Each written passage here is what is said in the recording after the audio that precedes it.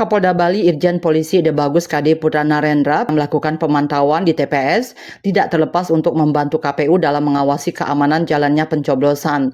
Saat ini keamanan Bali aman dan kondusif serta berharap kondisi ini tetap dipertahankan supaya Bali tetap nyaman, aman dan ajak. Kondisi Bali sampai saat ini aman kondusif, sudah tergelar, sekarang masyarakat sudah laksanakan. Sementara itu terkait perhitungan suara, menurut Kapolda Bali pihaknya akan terus melakukan patroli bersama berbagai pihak serta penebalan personil di beberapa titik nilai rawan. Untuk daerah paling rawan menurut Kapolda terdapat di wilayah Denpasar dan Buleleng. Penghitungan nanti ada atensi khusus ya Pak? Mari ya. Nanti kita laksanakan patroli gabungan bersama Pecalang, Karepan lokal, TNI, Polri sama-sama. Ada penebalan juga Pak dari polisi? Ya, benar. Daerah paling rawan mungkin Pak?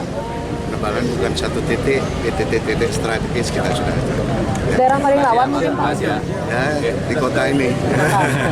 Sama di Buleleng sudah kita siap. Rai Swantara, Bali TV.